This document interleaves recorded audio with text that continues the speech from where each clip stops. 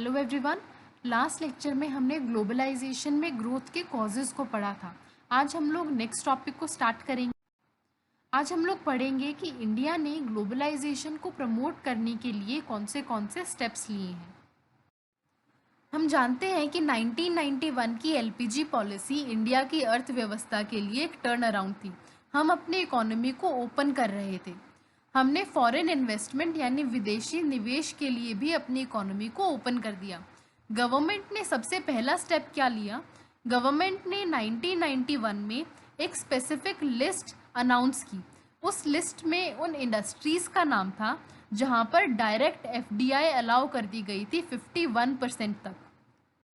इसका मतलब है कि अगर कोई भी ऐसी विदेशी कंपनी है जो कि इस लिस्ट में दी गई इंडस्ट्री में काम करती है और वो इंडिया में आकर निवेश करना चाहती है, तो वो बिना किसी रिस्ट्रिक्शन के इंडिया में निवेश कर सकती है जब तक उसकी फॉरेन इक्विटी 51% तक है। यानी कि इसकी शेयर होल्डिंग 51% फॉरेन होनी चाहिए और बाकी इंडियन होनी चाहिए। इस लिमिट को बाद में 74% तक इंक्रीज कर दिया गया और फाइनली अब इसको 100% कर दिया गया है। इसके अलावा फॉरेन कंपनीज को और क्या क्या परमिशंस दी गई? 91 में फॉरेन कंपनीज को अपना खुद का ट्रेडमार्क इस्तेमाल करके इंडिया में बिजनेस करने की परमिशन दे दी गई। इसके अलावा उनको अपने प्रॉफिट्स को रिपैट्रिएट करने की भी परमिशन दे दी गई।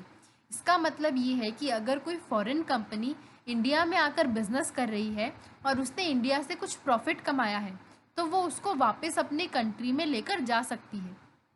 इसके बाद 91 से पहले जब भी कोई फॉरेन इन्वेस्टर्स इंडिया की कंपनी के शेयर्स परचेज करते थे और वो उन शेयर्स को बेचना चाहते हैं यानी कि डिसइन्वेस्ट करना चाहते हैं, तो वो कौन से रेट पर ये शेयर्स बेचेंगे ये आरबीआई डिसाइड करता था। हमने इस रिस्ट्रिक्शन को हटा दिया 91 में। हमने अलाउ कर दिया कि कोई भी फॉरेन इन्वेस्टर अगर डिसइन्वेस्टमेंट करना चाहता है, अपने शेयर बेचना चाहता है, तो वो मार्केट रेट्स पर अपने शेयर्स को सेल कर सकता है। हमने कई सेक्टर्स में 100% फॉरेन इक्विटी की भी परमिशन दे दी। यानी कि अगर कोई इंडियन कंपनी भी है तो भी कोई फॉरेन इन्वेस्टर उसके 100% शेयर्स खरीद सकता है। इसके अलावा फॉरेन इंस्टीट्यूशनल इन्वेस्टर्स को हमने अलाउ कर दिया इंडिया के कैपिटल मार्केट्स में आकर इन्वेस्ट करने के लिए। यानी कि फॉरेन इंस्टीट्यूशनल इन्वेस्टर्स इंडिया के शेयर बाज़ार में भी निवेश कर सकते हैं, लेकिन उनको रजिस्ट्रेशन करवाना पड़ेगा पहले सेबी के पास। इसके अलावा 100% एफडीआई भी हमने अलाउ कर दी बहुत सारे सेक्टर्स में। इन कंक्लूजन इंडिया ने बहुत बढ़ावा दिया है फॉरेन इन्वेस्टमेंट को, विदेशी निवेश को, और यही रीज़न है कि रिसेंट 2 डेकेड्स में इंडिया की फॉरेन इन्वेस्टमेंट बहुत ज़्यादा इंक्रीज़ हुई है। ग्लोबलाइजेशन को प्रमोट करने का मतलब है हम फॉरेन ट्रेड और फॉरेन इन्वेस्टमेंट को बढ़ावा दे रहे हैं। इसके लिए एक करेंसी को दूसरी करेंसी में कन्वर्ट करना ज़रूरी हो जाता है। इसको हम कहते हैं करेंसी की कन्वर्टिबिलिटी। अगर हम फॉरेन ट्रेड और इन्वेस्टमेंट को बढ़ावा दे रहे हैं तो हमें अलाउ करना पड़ेगा हमारे लोगों को कि वो बिना किसी रिस्ट्रिक्शन के एक करेंसी को दूसरी करेंसी में कन्वर्ट कर सकें। रुपये की कन्वर्टिबिलिटी के लिए गवर्नमेंट ने क्या क्या स्टेप्स लिए हैं वो देखते हैं।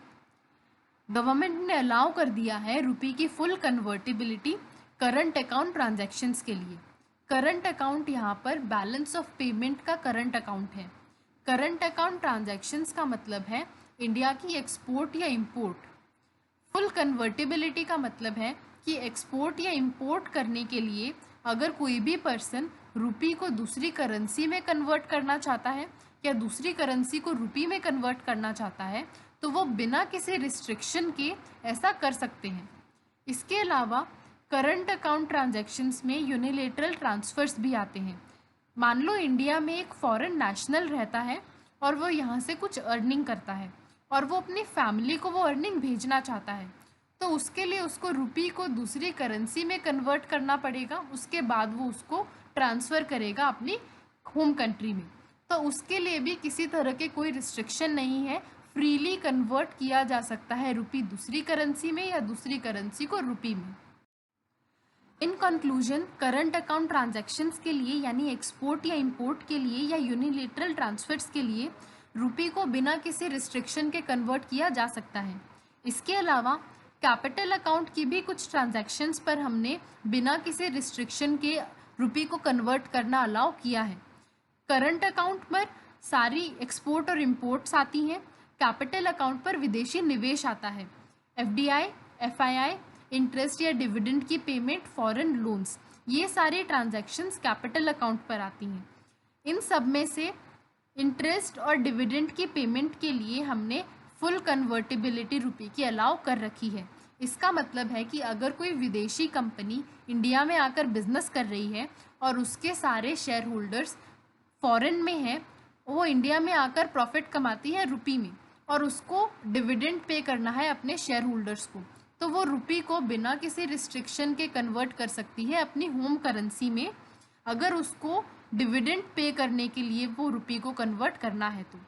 इसके अलावा जो बाकी की ट्रांजैक्शंस है कैपिटल अकाउंट की, उन सब में किसी न किसी तरह के रिस्ट्रिक्शंस हैं या किसी तरह की परमिशन लेनी पड़ती है गवर्नमेंट से। इसके बाद इंडिया ने फॉरेन ट्रेड को भी लिबरलाइज कर दिया। ये पॉइंट हम डिटेल में डिस्कस कर चुके हैं लास्ट लेक्चर में। इंडिया जैसे ही WTO का मेंबर बना, इंडिया ने अपने ट्रेड बैरियर्स एक फेज्ड मैनर में कम करने शुरू कर दिए ताकि इंडिया की फॉरेन ट्रेड इंक्रीज हो सके। गवर्नमेंट ने इसके लिए क्या स्टेप्स लिए? गवर्नमेंट ने फॉरेन ट्रेड पर कंट्रोल और रिस्ट्रिक्शंस हटा दिए। पहले अगर इंपोर्ट करना होता था तो गवर्नमेंट से पहले लाइसेंस लेना पड़ता था इंपोर्ट करने के लिए, अब उस लाइसेंस की ज़रूरत नहीं है। अगर एक्सपोर्ट करना होता था तो भी गवर्नमेंट की परमिशन लेनी पड़ती थी। अब इन सारे कंट्रोल और रिस्ट्रिक्शंस को हटा दिया गया है। इसके अलावा गवर्नमेंट ने फॉरेन टेक्नोलॉजी के इंपोर्ट को भी लिबरलाइज कर दिया। अब अगर फॉरेन टेक्नोलॉजी आप खरीद रहे हो तो उसकी पेमेंट के लिए गवर्नमेंट की परमिशन की ज़रूरत नहीं है, किसी भी तरह का कोई रिस्ट्रिक्शन नहीं है। अगर फॉरेन टेक्नीशियंस की पेमेंट करनी है तो उसके लिए भी गवर्नमेंट की परमिशन या अप्रूवल की ज़रूरत नहीं है। अगर किसी भी तरह की टेक्नोलॉजी इंडिया के बिजनेस यूनिट ने बनाई है और वो टेक्नोलॉजी वो टेस्ट कराना चाहता है फॉरेन से, तो उसकी पेमेंट के लिए भी गवर्नमेंट की अप्रूवल की ज़रूरत नहीं है। इसके अलावा गवर्नमेंट ने क्या किया कि जो क्वांटिटेटिव बैरियर्स थे, इंपोर्ट ड्यूटीज़, एक्सपोर्ट ड्यूटीज़, पहले बहुत ज़्यादा चार्ज की जाती थी, अब उनको काफ़ी हद तक कम कर दिया गया है। इंडिया ने एक्सपोर्ट्स को प्रमोट करने के लिए काफ़ी स्टेप्स लिए। 91 में इंडिया की बैलेंस ऑफ पेमेंट सिचुएशन बहुत ख़राब हो गई थी। हमारा विदेशी मुद्रा भंडार इतना कम हो गया था कि हम इंपोर्ट्स की पेमेंट नहीं कर पा रहे थे, और विदेशी मुद्रा भंडार को बढ़ाने के लिए, फॉरेन एक्सचेंज अर्न करने के लिए हमें एक्सपोर्ट्स करनी थी। तब इंडिया ने एक्सपोर्ट्स को बढ़ावा देना शुरू किया। इसके लिए गवर्नमेंट ने क्या किया कि हमने सबसे पहले तो एक्सपोर्ट्स को लिबरलाइज कर दिया। हमने एक्सपोर्ट ड्यूटीज़ को कम कर दिया, हमने बाकी के बैरियर्स को रिमूव कर दिया। इसके अलावा एक्सपोर्ट हाउसेस को लोन कंसेशनल रेट्स पर अवेलेबल होने लगे। एक्सपोर्ट इंपोर्ट बैंक भी खोला गया। अगर कोई भी ऐसा मैन्युफैक्चरर है जो एक्सपोर्ट करना चाहता है और उसके लिए उसे लोन की ज़रूरत है तो उसे बहुत ईजी टर्म्स पे अवेलेबल हो जाता है लोन। इसके अलावा गवर्नमेंट ने टैक्स कंसेशंस भी दिए एक्सपोर्ट हाउसेस को, टैक्स में छूट भी दी, और काफ़ी तरह की स्कीम्स भी उन्होंने लॉन्च की ताकि एक्सपोर्ट को प्रमोट किया जा सके अलग अलग सेक्टर्स में।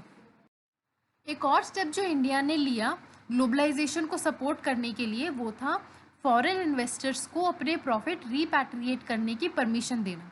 प्रॉफिट रीपैट्रिएट करने का मतलब है कि उन फॉरेन इन्वेस्टर्स ने इंडिया में जो प्रॉफिट कमाया है वो उसको अपनी होम कंट्री में लेकर जा सकते हैं बिना किसी रिस्ट्रिक्शन के। 1991 की पॉलिसी से पहले कुछ सेक्टर्स में फॉरेन इन्वेस्टमेंट तो अलाउड थी, लेकिन नॉन रीपैट्रिएशन बेसिस पर। इसका क्या मतलब है?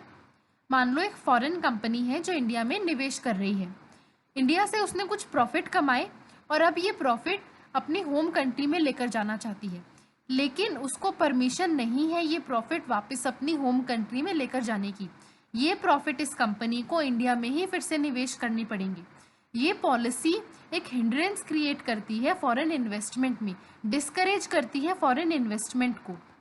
इसलिए 1991 की न्यू इकोनॉमिक पॉलिसी में फॉरेन इन्वेस्टर्स को हमने फ्री कर दिया अपने प्रॉफिट वापस अपनी होम कंट्री ले जाने के लिए, यानी कि रीपैट्रिएशन ऑफ प्रॉफिट्स हमने अलाउ कर दिया। इसकी वजह से फॉरेन इन्वेस्टर्स और ज़्यादा एनकरेज हुए इंडिया में निवेश करने के लिए। इसके अलावा गवर्नमेंट ने जॉइंट वेंचर्स, मर्जर्स और एक्विजिशंस को भी प्रमोट किया। इसके लिए MRTP एक्ट, जो कि बहुत रिस्ट्रिक्शंस लगाता था मर्जर्स और एक्विजिशंस के ऊपर, उसको हटा दिया गया और उसकी जगह पर कंपटीशन एक्ट इंट्रोड्यूस किया गया। इसकी वजह से एक बेहतर लीगल एनवायरनमेंट क्रिएट हो गया इंडिया में बिजनेस के लिए। अब कंपटीशन एक्ट में बहुत ज़्यादा रिस्ट्रिक्शंस नहीं लगाई गई हैं मर्जर्स और एक्विजिशन पे। अगर कोई फॉरेन कंपनी इंडिया में आकर निवेश करना चाहती है यहाँ की किसी लोकल कंपनी को खरीद कर, तो वो उसको आराम से कर सकती है। बहुत ज़्यादा लीगल रिस्ट्रिक्शंस उसके ऊपर अब नहीं है। LPG की पॉलिसी को हम बहुत बार बहुत डिटेल में डिस्कस कर चुके हैं।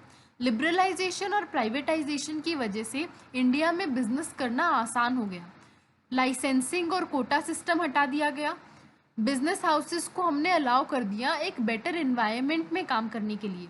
कई सेक्टर्स को हमने प्राइवेट बिजनेसेस के लिए भी ओपन कर दिया और इसका बेनिफिट ना सिर्फ इंडिया के बिजनेसेस को मिला, बल्कि फॉरेन बिजनेस हाउसेस के लिए भी इंडिया का बिजनेस एनवायरनमेंट बेटर हो गया।